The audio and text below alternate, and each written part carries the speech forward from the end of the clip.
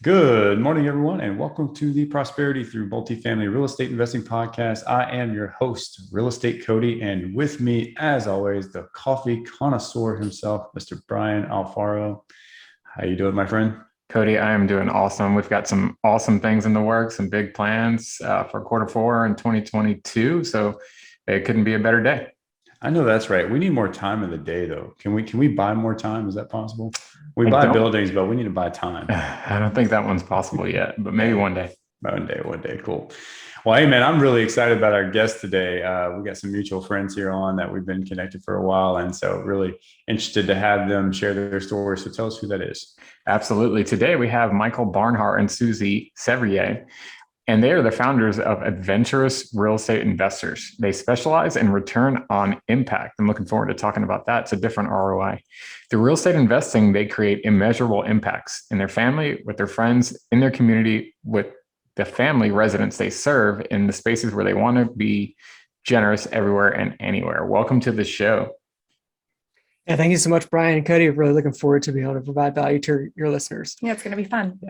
Yeah, well, we're excited to have you guys. I know we were talking for the show. We've had a couple attempts to try to get you guys on, and we've ran into some scheduling conflicts, most notably because you guys are abroad. You're not here in the States, which I'm going to love to dive into as well. So tell the audience a little bit more about your background and your story.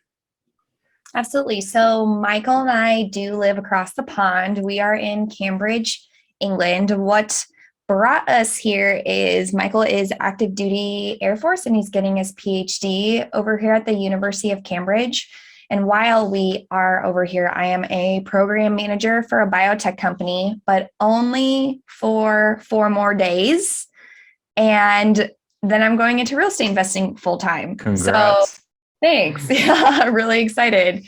Was just, the whole wanting to be my own boss, be that entrepreneur, just create more for our family just seemed much more appealing than working for someone else. So it worked out pretty well.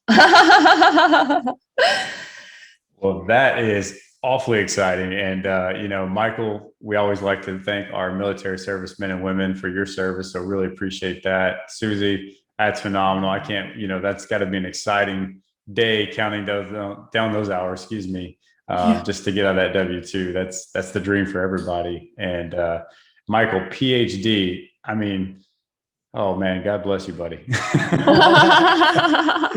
It's a lot of fun. But I will say, Brian and Cody, you guys were talking about buying time at the beginning of the show. And Suzy's effectively done that, right? We bought enough buildings. You joked about buying buildings versus buying time. Effectively bought enough buildings, which has created enough cash flow where Suzy can leave her job and do this full time, right? So she's effectively bought time by buying buildings. Yeah, the great point. And that's the magic of what we do, right? And that's the power of real estate and what it allows us to leverage. And again, it's the goal for all of us. I mean, when you can control that time, I mean, it changes your entire life, both business and personal. So that's amazing. And I want to go back and really kind of kick off our conversation, just again, highlighting the fact that you guys are in Cambridge and, you have your personal lives going on, but you're also, building a very substantial real estate business with a lot of momentum. And at the day of this recording, we're just talking to before the show, right? You guys just announced another closing. And at least Brian, we've known Michael and Suzy now for over a year. Yep. And from the time that we've connected with you, I mean, you guys have done several different deals now, all from afar. So I want to really kind of start off from there. Tell us, kind of where the real estate journey really started for you guys in correlation with your being abroad. No, absolutely. And it actually has to do with time. So this will work out really well. So because of COVID-19 and the lockdowns, for the first one over here, it was a little over 100 days, but ours was much different than what the US really experienced. So everybody was sent home from work. And if you could work from home, then you were asked to, but if you couldn't, you had that time. And so I had yet to begin my position, and Michael had to write his first year report, but then after that, it was the sky was the limit. And so once he was done with that report, we were like, okay, well, we can only go outside once a day to work out, go to the grocery store, go to the pharmacy. And we aren't like television people. We like to read. And so we're like, okay, let's have a mini book club with each other. And a couple books in, the book was Multiple Streams of Income by Robert Allen. And like a few chapters in, it talks about real estate investing. And what we would do is that Michael would read the book and then I would read the book. But once he got to finish that chapter portion, he was like, you have to read this. We need to do this right now. And I was just like, okay, like, why not? What else are we going to do in lockdown? And so from there, we found out that like the world of real estate and really a lot of the world that can go virtual did. And so like we dove in straight into bigger pockets, not digger pockets. We dug into bigger pockets and like just found, this whole community. And from there, we connected in different groups on Facebook and like made personalized individual connections from there. And we actually met somebody who's also living in the UK. His name is Marcus Long.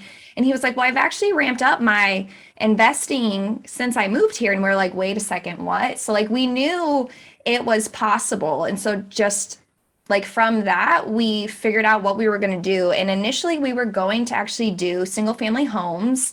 And we had set a market up and everything. Like we had the whole entire team, but an inland hurricane went through the city, which was really devastating for the city. And those two properties that we had under contract just fell out because the contractors, like we needed a bid for financing and the contractors had just said like, we are going to work on our homes, our family homes in the city. And we're like, that's totally understandable. That's totally okay. But we decided to like pivot instead of panic. And that's when we decided to go into multifamily because that had been a 5-year goal for us. And we're like, we've set up a team. Like it can't be that much more work, like, yes, you have the capital raising piece, but like we needed a team. We needed a boots on the ground. And since we had already found like 5 people in Cedar Rapids, Iowa to do that, why could we not do that again for multifamily? And so then just everything that we were educating ourselves on changed. What we were talking about when we were like on social media changed, like the conferences that we were now attending changed.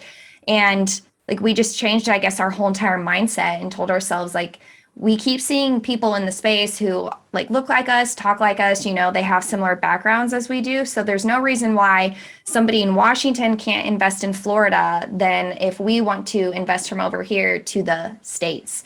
And I guess like from there, because now when we pivoted, that was August of 2020. And from today, we now have 3 different assets totaling 196 units. But what we are like the most proud of is that now we get to like create that 1% impact on 96 different people or families. Because that's like the main goal, right? How can we positively impact all of the residents in their own way?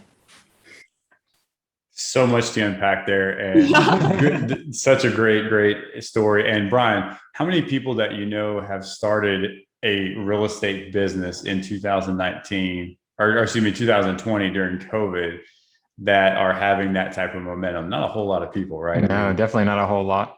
Yeah. So, I mean, number one, just to take action the way that you guys did, obviously is so important, but then to do it in the midst of a pandemic, you guys are across the seas over there, and that's a lot of limiting beliefs too, right? As a lot of people think that, I'm restricted to whatever region or market, and here you guys are halfway, it feels like halfway across the world to us, out there just absolutely crushing it. And I love this comment you made, or this phrase, pivot instead of panic, and that is such a powerful statement, because I think a lot of times that's exactly what people do. Things don't go quite as well, they don't plan for, and your innate response is panic, right? But to be able to really identify that, strategically pivot, and not even miss a beat is incredible. So man, great job. That's exciting.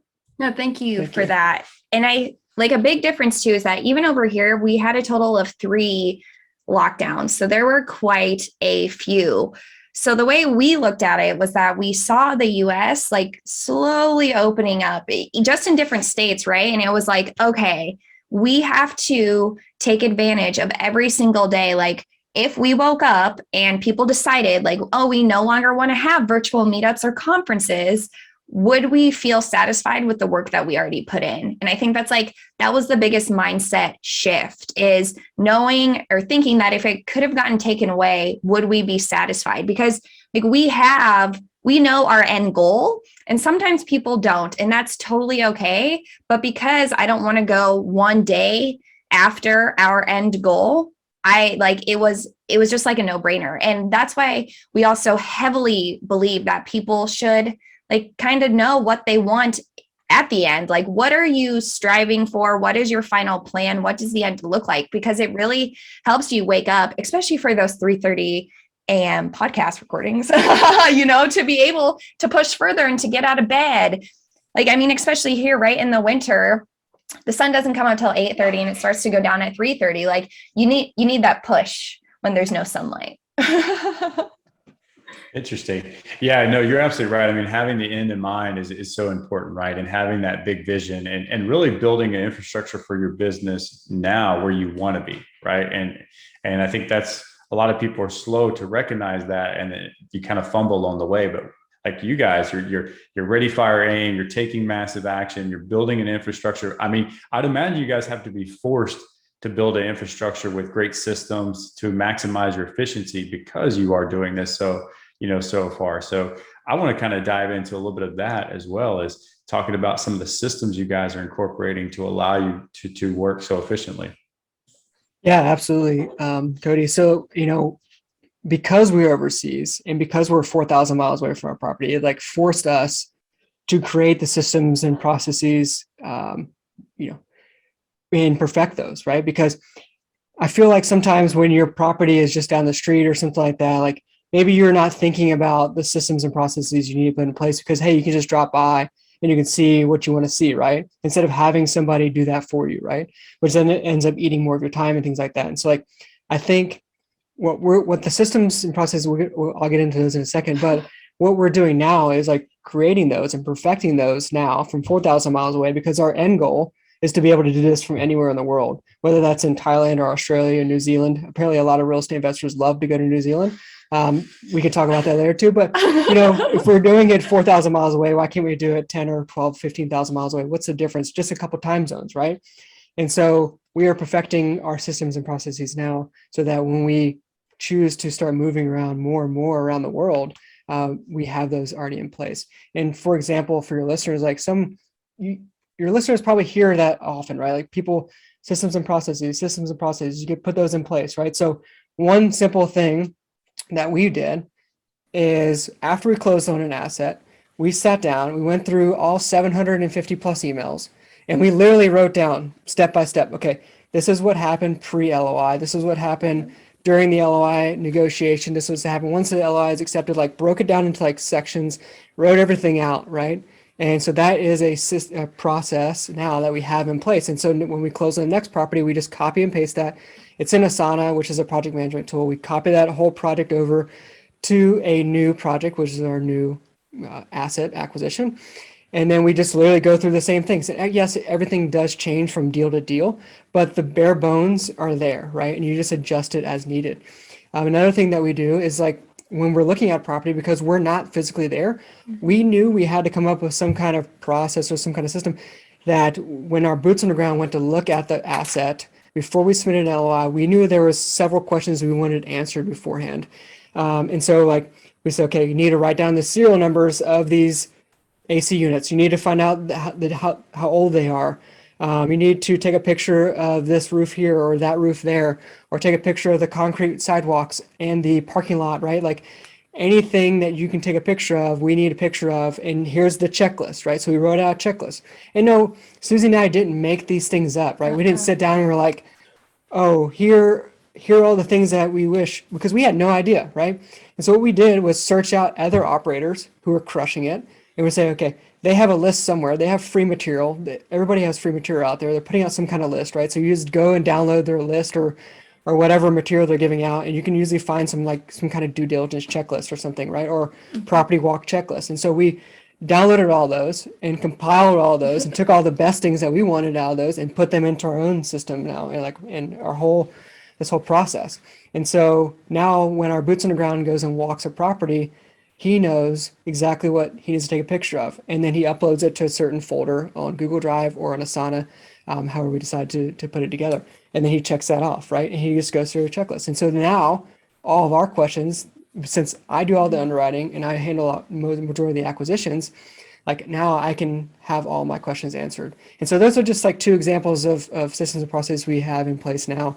I'd be happy to chat more about that as well. Yeah, I think it's great. And Brian, I mean, what you think? Because we're so big on systems, right? And you're absolutely right, Michael. Like, you hear it repetitively, but there's a reason why you hear it repetitively, because you don't understand how important it is, especially if you're looking to scale. So like the model that you guys, or the framework that you guys put together, like you said, the one key thing there is it's replicatable, right? It's duplicatable. So I know, Brian, again, we're very big into those systems, right? Yeah, and I would argue that that's a big reason why you two have found success early, is because you did a good job laying a foundation. Even though in real estate we do sometimes ready, fire, aim, you still want to have some sort of foundation in place to say, like, okay, when I get in this particular, when I'm submitting my LOI, what's my checklist? If they tell me I'm investing final, what's my checklist? If I get my offer accepted, what's the checklist, right? So you just sort of systematize everything so that you essentially make sure that you leave no stone unturned, because as you guys know, the last thing you want, and when you're going through a transaction, is a surprise, a bad surprise, right? Good surprises are nice, but bad surprises are not so nice. So I think you guys have had that success because you've done an awesome job setting up those systems. And I'm sure, as you know, the more you execute them, that you start to refine them and they just get better and better. Yeah. And a checklist is like a very small task. If you were to say like, if you put like a dollar value to it, it could be like a $15 value. Like that's really what the checklist is. So when we don't make those, you have to remember all of those tasks, which are very low, amount tasks, where then your like brain is clouded and foggy and you can't always come up with like those great, $1 million ideas. And that's really a huge part of it too. It's like, what can leave my brain and easily be there? What can be duplicated? Because those are the tasks that you either, one, need to outsource, or two, just write down, because they all can have a home and they are happy and warm in that home. Yeah. Just to piggyback off of that as well, is like, Einstein always said, the brain is for creating, not remembering. Right. And so it's been quoted that like he's been asked what the speed of light is, like what is the actual number of speed of light, and he's like, I don't need to know that. You know why? Because I know where the book is that has that information, right? I can forget about all those numbers and all that other useless information, and it leaves my brain clear to be able to create and focus on things that I want to focus on. Yeah. Powerful philosophy there. Love that. I want to go back, guys, and get in. So love the framework, love the systems, completely agree. We're actually familiar with some of the systems you guys are using as well, the platforms, if anything. Asana, we've had some experience with that. There's some other great platforms out there, but you're relying on relationships here, which obviously that's every part of our business, but you're really depending on people to be those boots on the grounds to kind of go through those checklists and help you guys navigate your framework. Talk to me a little bit about how you develop those relationships and those partnerships to find those dependable people, because it's not like you said, you can't go meet these people at a coffee shop just on any given day. So how did you guys find those relationships and people that you felt comfortable working with? Yeah, so the first, our first boots on the ground, we found him by just posting on Facebook, actually, social media, just posting that, hey, we're real estate investors. We're moving into this realm. We're looking at multifamily, just posting everything about us and what we were doing or we're planning on doing, right? And then basically people were coming out of the woodworks at that point, right? Like old friends and things like that. Like, oh my gosh, you're in real estate investing, so am I. Like I invest here or whatever. I do this. I'm single family or multifamily. And so one of my old classmates from college reached out and was like, hey, I'm looking to pivot into multifamily as well. And he's a wholesaler and flipper, so he has like some construction management background and stuff like that. And so, we reached out and we connected and just caught up, and we actually aligned on several different things. And so it was already somebody that I've known for like 16 years. And we went through like basic training together too, for the Air Force, right? Like for the Air Force Academy that we went to. And so we were like, close. I'm crossing for everybody who's listening, I'm like crossing my fingers. Like we were pretty close. Like we were literally doing push-ups together. His like feet were under my chest because we were holding it for like an hour, right? So like we were like helping each other out that way. So like we had a very special bond that way. And so it was somebody that I already knew, that I already liked, and somebody that I already trusted. And so it was a very easy answer when we decided to partner up on the first acquisition. And he was already in Oklahoma City. That's why Oklahoma City and Tulsa became our markets. And we were kind of niching down now in those two markets, and we really enjoy them. So yeah, that's kind of how we met our first boots on ground. Now we were just networking so much, and the great thing about multifamily too is like you can do deals with certain people and you can test out that relationship, right? Yes, you don't need to hop in a deal immediately with somebody that you don't know completely, that you don't know, you don't like, and you don't trust. But you might have that know, like, and trust factor there, and then a year down the road or a couple months down the road, you're like, oh, I don't like this way, or maybe you butt heads on certain other things, whatever. But that's the great thing about multifamily. It's like you don't have to keep doing deals with the same people. You can pop around and do deals with other people.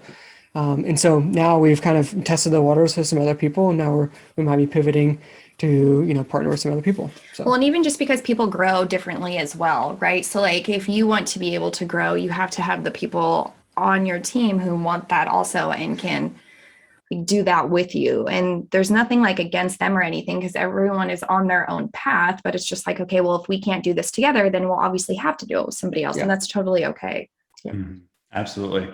Brian, what I heard out of that story is, when you're building relationships, you got to first tell the world what it is you're doing, right?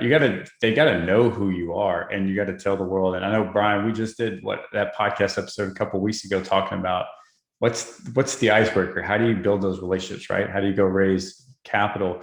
And it all starts with, you got to tell people who you are, what you're doing. And so, yeah. 100%. Yeah. I mean, when I'm listening to talk, the number one thing that keeps popping in my head is no excuses. There's no excuses, right? We talk to newer real estate investors, not that we're, seasoned veterans or anything, but people that are literally just entering the space yesterday, right? And a lot of times they have excuses. They work a W-2. You both work a W-2, right? You guys are overseas. You're thousands and thousands of miles away, and you're finding ways to make it happen one way or another. And it's such a powerful story. And I think a lot of people need to, listen and make sure that they're implementing the things that you're talking about, putting systems in place. And then really, we say this all the time too, is letting the world know what you do, because a lot of people, they start assuming that people know what they're doing, but they don't. You have to tell the world what your superpower is. Are you a deal finder? Are you an asset manager? Are you boots on the ground? Are you a capital raiser? Unless the world knows what you're doing, it's really hard for me to want to partner with you when I don't know what skill set you bring to the table. So kudos to you two for putting that out there in the world and just letting people know what you do. I think that's one of the best ways to get started. Yeah. I was just going to add to that as well. Is like, because we put ourselves out there so much, like we knew we were very strict on our criteria. We knew we had our criteria nailed down, like what we were looking for, like, which asset class, the unit size, the deal, the size we were trying to take down, and things like that. In what areas and what markets. And like, we kept telling everybody our criteria and the markets we're interested in, right? We just kept telling it over and over and over again. Every time we got into a networking call, whatever, or hopped on a call with Brian and Cody when I first met you guys in one-on-one, like, that was the first thing where we talk about, like, which markets we're investing in, what kind of deals we're looking for, like, tell everybody that, right? And then just by doing that in a networking call, by telling everybody we're interested in Oklahoma City and Tulsa, like, that actually brought about an introduction to us for a very successful syndicator in that area, which ended up becoming our mentor, right? Or an organic mentor, somebody that I just ended up building a relationship with through a random introduction, because like this guy was like, hey, I know somebody who's investing in Tulsa as well. He's a really successful guy. Like, hey, I'm gonna connect you to, right? So he made a connection, and now he's our mentor. And now I chat with him like every other day. This is an incredible relationship that built by just telling the world what you're doing, and not just assuming everybody knows what you're doing. Michael, you just brought up a really good point about being intentful and being very specific in who you are as a team, but your message that you're sharing with people. And I think we hear this often from people, and you ask them, okay, great, what are you interested in? And you get this very wide range or very vague answer, right? Oh, I'm looking at 50 to 400 doors, and I'll go to any market. And hey, great, if that's your thesis, That's cool. I'm not judging, but when you can be that targeted and that specific and that intentful, that's what really helps you cement the right relationships that you need to help you grow. And just as you mentioned, you found a mentor, you found somebody that's in your markets that has that experience. And then boom, here you guys are, you're moving with such velocity in such a short period of time. So really, really appreciate you bringing that up. I think that's a great nugget there. So now going back to your systems though, you have great systems in place, you got a great framework, but behind the systems are the people, you two, right? And so husband and wife duo, love it. Which I always tell people, couples that can do this together are so much more successful than those who are trying to fly individually. So good job, number one.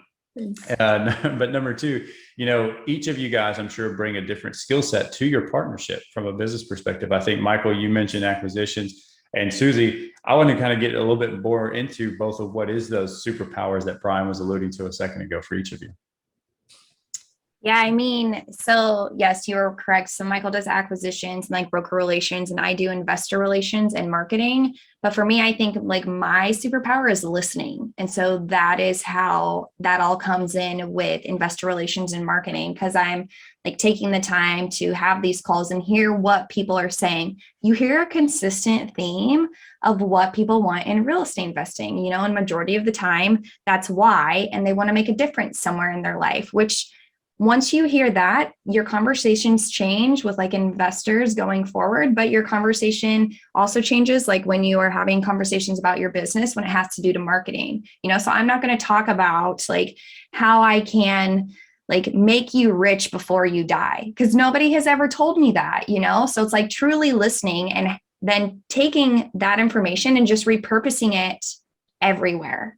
And that's truly what's worked. And when you create a space where you allow people to actually just talk about themselves, because like we all just want to be like heard and acknowledged as humans, like people actually just convince themselves of like why they want to invest in real estate. Like a lot of people are on the fence, but when they hear themselves give the reasons why they want to do it, like it naturally just comes out. And at the end, they're kind of like, yeah, I'm ready. I'm like, how could you not be? You just gave me like 5 reasons of why you want this. Or like we've had plenty of calls where people have like cried because like they just want to make like such a big impact, even just in their family. And with that, like it's hard to say like, oh, well, actually, I'm not going to move forward. All the reasons I just told you about like the impact I want to make, I'm not going to do it. I've unconvinced myself at this point.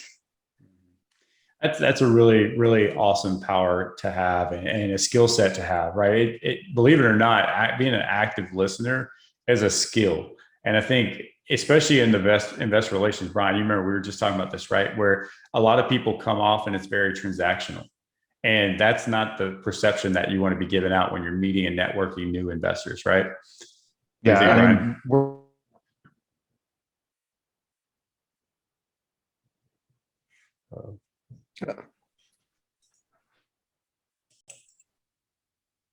I think that's such a phenomenal point. Being an active listener is so important because we talk to a lot of people in our business, and sometimes those people we talk to might not be the best business partner for us or the best investor for us, but that's okay. Our job is to connect people with people in our circle who maybe are, right? So for example, maybe if you're talking to an investor and they're looking for, an A-class opportunity, and you're only looking at value add B and C class, but somebody who's maybe doing A-class, right? By listening intently and adding value to them by connecting them with that other person, you can still have a tremendous impact that you were intending on having in the first place. And, we like to say what goes around comes around too, right? So connecting the dots and connecting two people together can often, 6 months, a year, 2 years down the road, maybe they connect you with somebody in their circle that's an investor. Maybe they come back and decide they want to diversify their portfolio and put some more riskier, value add plays in their thing. So I think being a great listener is definitely a skill set that we all need to make sure we're having, even if we're not in investor relations, even in acquisitions, right? Listening intently to what the broker is saying, what are the little nuggets they're sort of dropping, sometimes unintentionally and then sometimes intentionally as well. Wouldn't you agree, Cody? Oh, absolutely. 100%. Yeah. And by the way, Suzy, if you're handling the market as well, you guys are doing a phenomenal job with the marketing end as well. For anybody that doesn't know, again, you have such a great brand presence. So good job there. So Michael, I'm gonna kick it over to you for a few, man, and talk about the acquisition side. You know, you're going through a PhD program, a doctorate program, which is, I can imagine, pretty labor intensive. You know, you're in the service, and of course, we talked about you guys being afar. So acquisitions, man, it's a lot of work, and I know, because it's, you know, constantly, you know, being engaged with brokers, underwriting, and things like that, and being timely in that follow up. But, you know, talk to us a little bit more about, you know, some of your role in acquisitions, and really, what challenges are you coming across, if any, with you know, kind of managing the day to day, you guys being over there far, and trying to be engaged with brokers here. Yeah, absolutely. So I'll start off by saying I think my superpower is attention to detail. The reason why I say that is because I've been through 3 basic trainings for the military, right? So I went through enlisted basic training for the Air Force. I've been through basic training for the prep school before I went to the Air Force Academy, and then basic training for the Air Force Academy. So I spent like over 200 days in basic training, right? So like the number one thing that they teach you in basic training is like attention to detail, right? So like whether that's like making sure that your socks smile the correct way as you fold them, making sure that your t-shirts are folded at exactly 9 inches squares, right? Like things like that. And then making sure that it's all measured correctly, and then making sure you know how to dust your room properly. Like, so like all those like little attention to detail things have been ingrained in my head. And now it's maybe it's a curse now because I do notice like all those little tiny details. But it's also a blessing, right? Because I'm able to pick up on things. So like it does help me in science, right? Like being able to, you know, create presentations and look at data very objectively as well. And then also when it comes to underwriting, you know, these multi-million-dollar deals, right? Making sure that all T's are crossed and I's are dotted, right?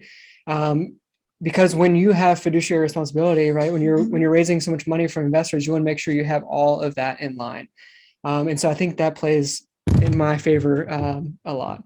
And so I do, and that is one of my strengths in my blueprint. And I really do play to that a lot. As far as, you know, keeping up with brokers and things like that, it can be a challenge, but I was able to build quite a few relationships before everything kind of went back in person. And I was able to reach out to brokers during like the COVID time when everybody was able to hop on a Zoom call and things like that. And you didn't need to meet a broker for coffee or dinner or lunch, or whatever. Like I built some relationships, and now that we've closed on several properties, those relationships can be built a lot easier via 4,000 miles away, and not have to be in that specific market. Funny how when you close on some things, they listen a little better, isn't it? Yeah, right? they come out of the woodwork. Yeah, right, they're like, let's be friends. I think I have like 4 emails from people like the next morning after we close on our first asset, right? Like, hey, let's hop on a call and chat. You know, it's like, okay, now I never have to go looking for deals, right? I mean, I still maintain relationships with the key brokers that I appreciate, and I know that they control quite a bit of volume in the market. I maintain those relationships, but the other brokers, they just bring you deals now. You're like, hey, take a look at this, right? So, you basically cemented your credibility, right? Is by getting the first one done, and that's what they want to know is, hey, can you close? Can you be a closer, and can you be somebody that we can depend on to be a buyer? And I mean, you guys proven that by, you know, just get the first one done and keep going off that. And I love that. And, you know, as far as the attention to detail, you're absolutely right. I think any aspect of this business, especially when it comes to the analysis of an asset, is precision, you know, and that's what our underwriting and things is you want to be as precise as you can. It's not going to be perfect, and there's going to be things that you can't predict or model, but the more precise you can be, like you said, the more accurate you can be in your analysis and valuation, the better responsibility or the better hedge you're going to have for your investors and be able to protect, you know, you guys and their interests as well. So that's really important. So love your superpowers, guys. I mean, you guys got a very dynamic team here, and I mean, and it shows. Obviously, you know, starting in August of 2020 through pandemic, and now you guys are at 196 units, 3 assets. Close on another one officially today. So, I mean, just rocking with a lot of momentum. Love what you guys are doing. So, but let's kind of talk about really one of the things that we mentioned in your bio. And I think you've already kind of dropped some hints here and there throughout our conversation is the return on impact. And, you know, really, really powerful philosophy there. Tell us a little bit more about, you know, the I guess, the motivation behind that return on the impact? No, absolutely. And thank you so much for asking. So the motivation behind it is that there are almost like 8 billion people on this earth. And if even like a very small fraction of us like did a 1% better for ourselves or to somebody else every day, like what that ripple effect would do. And so Michael and I, like just in our lives in general, we just try to be 1% better every day. So whether that's with our property management company, and how our property management company then serves the residents, like how we underwrite our property so that we can ensure that the residents want something, like even for example, right? Like when we take over the property, we do a resident survey so we can learn what they actually want and what they actually need. Like we're trying to make the community at least 1% better for them. But then with that too, like just creating content so that people who are new in this space can like gain that confidence in order to be 1% better themselves. So we just really try to look at situations with what is the impact that we can make and how can we try to influence others to do it as well.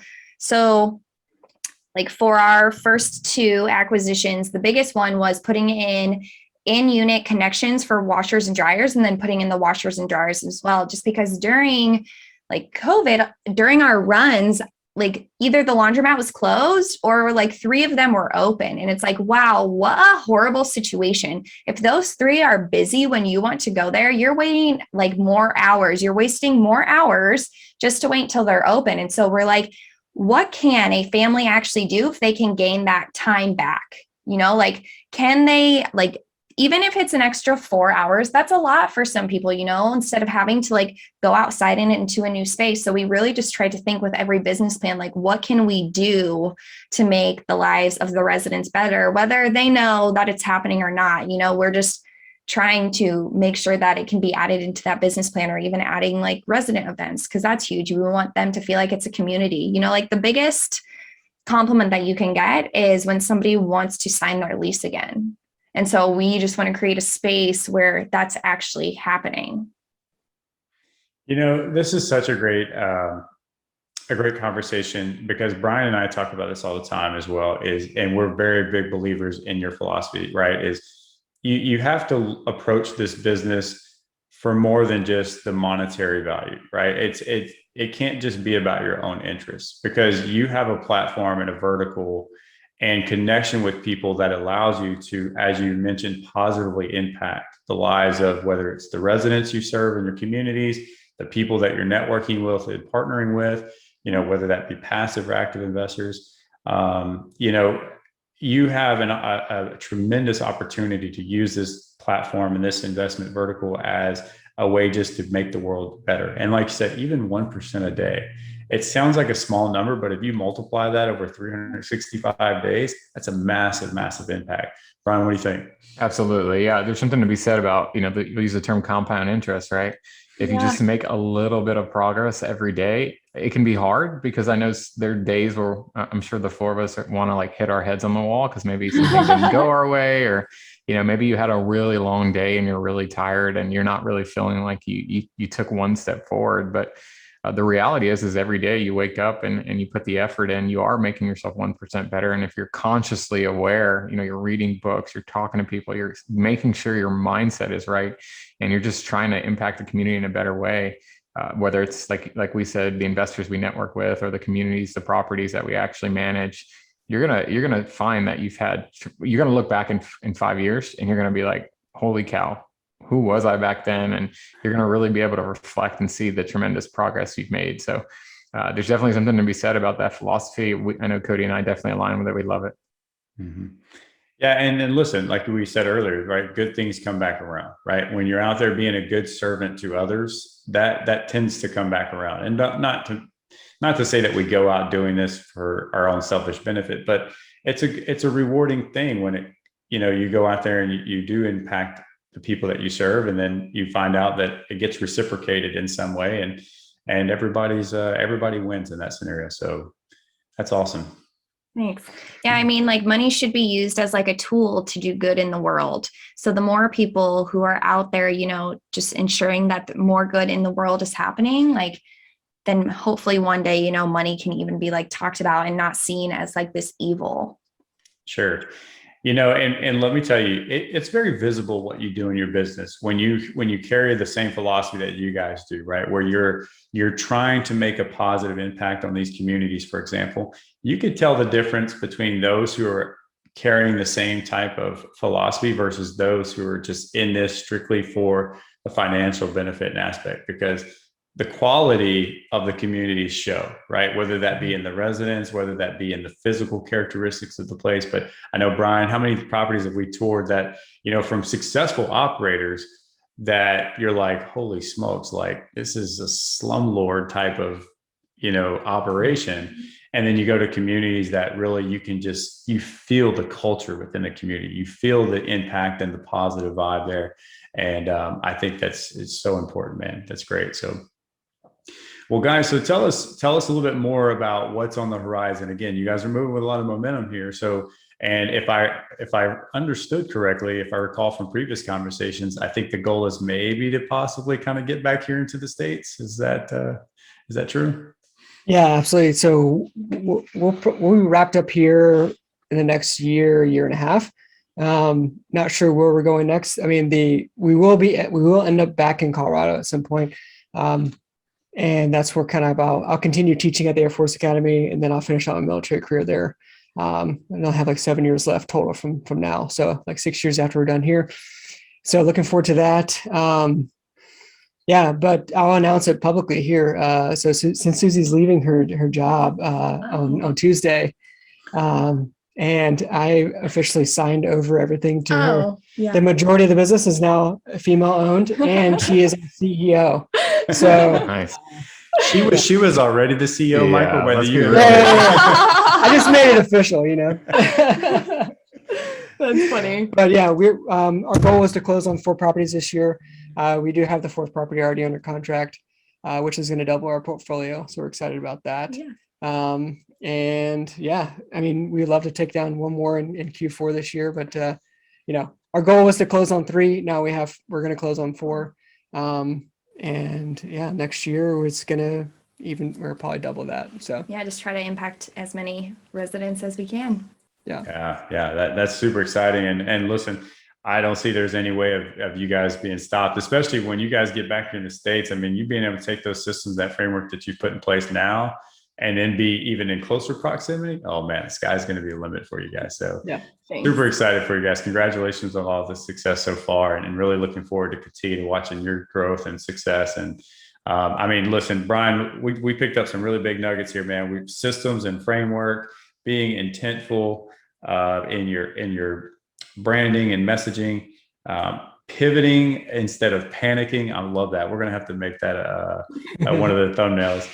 And then, just identifying your superpowers and really leveraging those for a team. Anything else I missed? Yeah, that's good. Yeah. Awesome. Pivot, don't panic is like my mantra this year. So love it. That's like a cool hashtag that you should almost put on your branding or something. But right. Well, cool, guys. Well, before we take off here, I've got a couple more questions for you to wrap up, and then we'll end the show there. But one thing that we love to learn from all of our guests is, what are you guys doing for your continued education to further your own investing?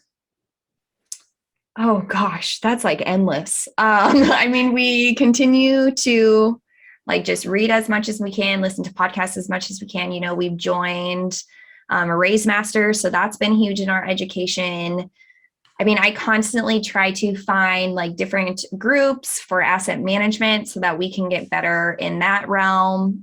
We are going to in-person conferences this year and next year, so that's a great way, just super excited about that. But I think the biggest thing with the education part though is consistency, because if you read something and put it down for a month, it left your brain, so just continue all the time. And that's what it is for us. Oh, yeah. You have more. I was just going to say education plus taking action. You have to do both. You can't just educate and not do anything with it.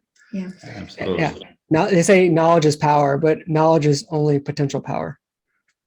Oh, I love that one. I love it. Love it. Yeah, that's good. All right, guys, looking back on your business, what was the one defining moment or event in your business that changed the trajectory? So when we met our mentor. Yeah, for sure. Definitely the fuel. the kerosene to our fire. Yeah, just a lot of confidence was built with those calls. Yeah. We talk about it all the time, man. You don't understand how powerful having those mentors can be. And not only from your acceleration of your success, but man, really to help you avoid a lot of expensive mistakes that you can make. Yeah. Which earned up more than what the mentor would have cost. I mean, ours was organic, so it was free, but some people pay for mentors, and that mistake can cost way more than that mentor ever would have. Yeah, that is so true. That is so true. Absolutely. Absolutely. It's an investment. You can't look at it as a cost. You're making an investment in yourself and your success. So I agree with that. What would be one piece of advice you would give to listeners to help them grow their businesses? Ooh, yeah, I got this. He's got a good. So I'll be quick with this. So the biggest thing that we're doing, and we're still doing constantly on a daily basis, a weekly basis at least, is what we did was write down everything we're doing all day for like 2 weeks, right? Like, so like we use this app called Toggle, and you can toggle and you can write down like what you're doing, and you can find out how much time you're spending on certain aspects, right? But if you start seeing certain things pop up over and over and over again that are like $10, $15, $20 tasks, right? Like put all of those into Asana or some project management tool as a task, right? So write down everything that you're doing in there that you don't want to do anymore, or that you find that you're repetitively doing that you can hand off to somebody else. That's what I'm getting with this. So put those tasks in Asana, and then go and create Loom video. So Loom is like this online, there's other tools as well, online video recording, and you can record your desktop and record yourself doing those tasks, right? And then test them out on your business partner or your spouse, or whatever, make sure that it makes sense, and then they could follow the instructions on there. And then what you do is you go and you hire somebody to do all those tasks for you. Not only does that free up so much time, there we go, taking it full circle, right? Yeah. You're freeing up so much time for you, but you're also, allowing yourself to be more creative in the future. And then you're also, I lost my train of thought on there, but I'll leave it at that for now. Yeah. Well, what I'd imagine what it's allowing you to do, right, is it's allowing you to focus on the things that you're good at and your skill set that's going to move your business forward while you're not getting inundated in those day-to-day tasks. All right. Absolutely. Yeah. And the other thing I was going to say was that if I pass away tomorrow, whatever, we can't have that. It'd be don't do that. Yeah. But now Suzy can go in and she can do the task that I've done, right? Like somebody could pick up and carry the torch forward if one of us were able to pass, if one of us passed away, right? Something, a fortunate event happened. Our business would continue forward because we have all this documented. So that's like the ultimate systems and processes right there.